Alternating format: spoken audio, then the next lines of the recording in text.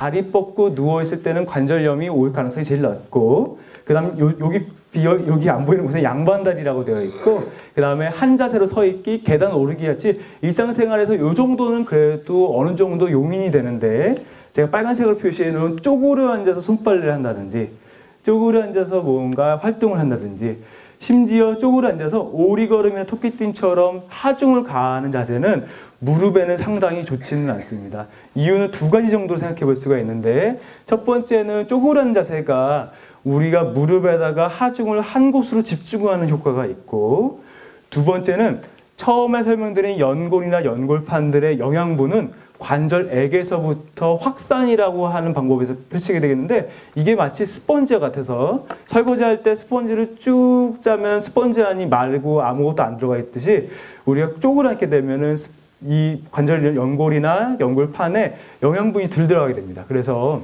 가급적이면 쪼그려 앉아서 생활하는 이런 생활 습관은 무릎 관절에는 좋지 않기 때문에 기본적인 생활 습관에서 쪼그려 앉기는 피하시는 게 좋다.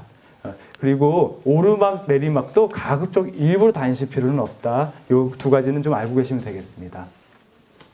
자, 관절 연골이 닳는 과정을 한번 보시게 되면 이렇게 마찰을 하게 될 때 부드럽지 못한 관절 연골이 어떤 염증 반응이 생기면서 점점 마찰로 인해서 이렇게 점점 닳게 됩니다.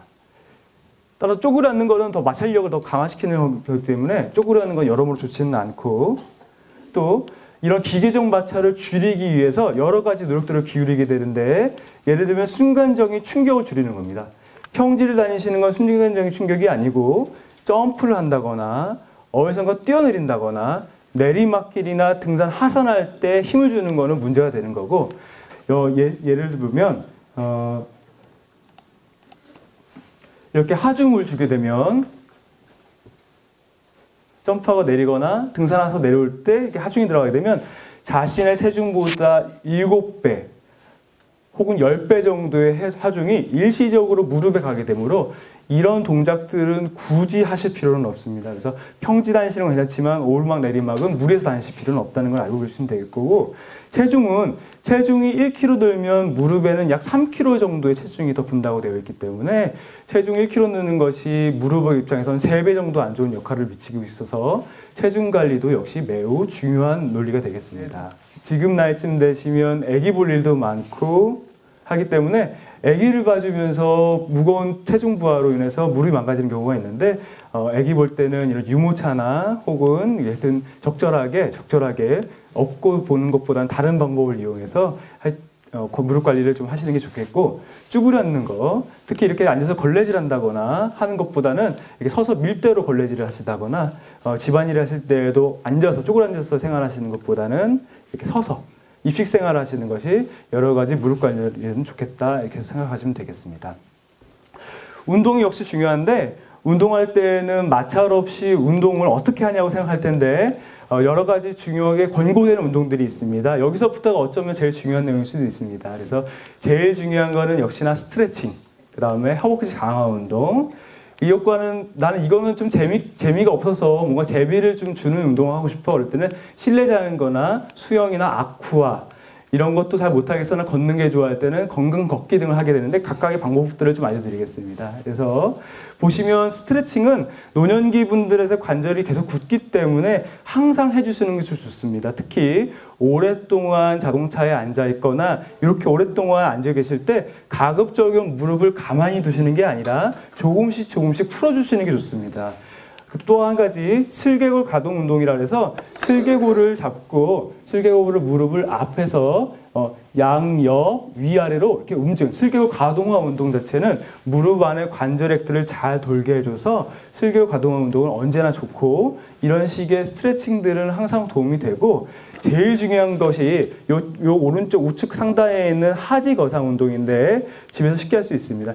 무릎을 눕거나 의자에 앉은 채로 허벅다리에 힘을 쭉 준 상태로 발끝에 힘을 줘서 엄지발가락을 머리 쪽으로 하고, 그 다음에 다리를 한번 들어본 거죠. 힘을 빼보시고 다시 힘을 빼보시면 허벅다리가 말랑말랑한 걸 느낄 수가 있고, 다시 힘을 주시고 앞쪽으로 쭉 뻗어보시면, 쭉 뻗으셔야 됩니다. 엄지발가락을 자기 머리 쪽으로 당기셔가지고 힘을 쭉 주시면 허벅다리에 근력이 들어가는 게 느껴질 수 있는데 이 동작을 한 번 하실 때 약 한 10초 정도 유지. 그래서 한 번 다리에 힘을 주고 1, 2, 3 해서 7, 8, 9, 10까지 힘을 쭉 주시게 되면 약간 힘도 들면서 땀도 좀 나고 어떻게 몸에 좀 열도 좀 오르고 이렇게 좀 힘이 들도록 하셔야 운동이 되는 거지 밥 먹는다고 팔을 쓴다고 팔에 알통이 안 생기듯이 이거를 힘이 안 들어가고 그냥 들었다 놨다 이렇게 그냥 하시는 분들이 있는데 이렇게 해서는 근력 강화가 되지 않습니다. 그래서 근력 운동을 할 때는 항상 힘이 들고 몸에서 열이 나고 땀이 좀 나도록 이렇게 운동하시는 것이 맞고 이거 말고 난 좀 재밌게 운동하고 싶어 하실 때는 실내 자전거 타시면 됩니다. 실내 자전거는 앞무릎 통증이 있을 때는 안장을 조금은 높여 타는 게 좋습니다. 안장을 너무 낮춰서 타시면 무릎이 이렇게 많이 구부러지기 때문에 그렇게 되면 오히려 앞무릎, 슬개, 대퇴관절에 안 좋기 때문에 실내 자전거 타실 때는 안장을 살짝 올려서 앞무릎 통증이 없는 상태에서 자세를 보시면 너무 다리를 벌리거나 너무 다리를 오므리지 말고 정확한 자세로 역시 땀이 나도록 한 30분 정도까지는 땀이 나도록 하는 게 좋고 숨이 좀 차도록 하는 것이 운동 효과가 있겠습니다. 아쿠아는 많이들 하실 텐데 아쿠아가 가지는 효과는 두 가지가 있습니다. 첫 번째는 지금까지 말씀드렸던 근력 강화도 좋지만 하중부하가 되지 않습니다. 물은 부력이 있어서 물속에 내 몸이 들어가면 내 몸이 느끼는 내 체중은 평상시 체중보다는 훨씬 적습니다. 그렇기 때문에 부력을 이용해서 마치 체중이 감소된 것 같은 효과를 얻을 수 있고 여기에다가 같이 수영이나 이렇게 몸을 움직이게 되면 유산소 운동까지 같이 되기 때문에 아쿠아는 그런 의미에서 무릎에는 부담을 덜 주고 더 근력 운동 더하기 그 다음에 유산소 운동까지 같이 할 수 있기 때문에 아쿠아는 재미도 있고 여러 가지 면에서 아주 권고되는 사항이고 집 근처에 이런 시설이 있다면 적극적으로 이용하셔서 건강한 삶을 좀 사시도록 하시는 게 맞겠고 평지 걷기를 하시게 되면 되는데 평지 걷기는 일주일에 3번 정도 한 번 하실 때는 30분에서 1시간 걷는 데에는 평지 외에 오르막이나 내리막이 없는 비교적 좋은 평지길을 땀이 나도록 하시는 게 제일 중요합니다.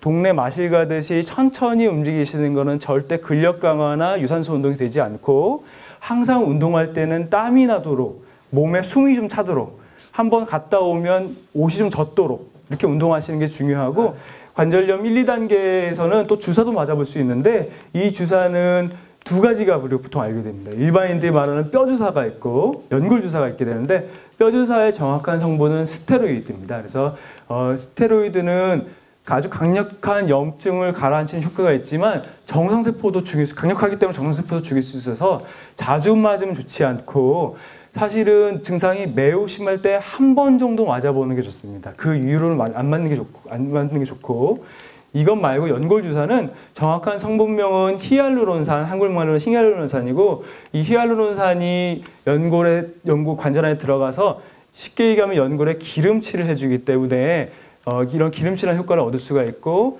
6개월에 한 번씩 나라에서 보험을 해주기 때문에 적절하게 통증이 있다면 6개월에 한 번씩 집 근처 병원이나 우리 병원에 오셔서 연골주사를 맞으면서 관리를 해주시면 좋겠습니다. 그래서 아까 같은 운동이나 이런 주사, 특히 뼈주사 말고 연골주사 같은 거는 아까 그러니까 1, 2단계의 관절염이 있을 때에는 가장 추천되는 방법이다. 이렇게 알고 계시면 되겠습니다. 이제는 3, 4단계 관절염에 관한 내용이고 대부분 이럴 때는 치료 방법은 수술이 되겠습니다. 그래서 수술은 비정상적인 관절염을 유발하는 비정상적인 상태에 대한 교정치료가 우선이 돼야 되는데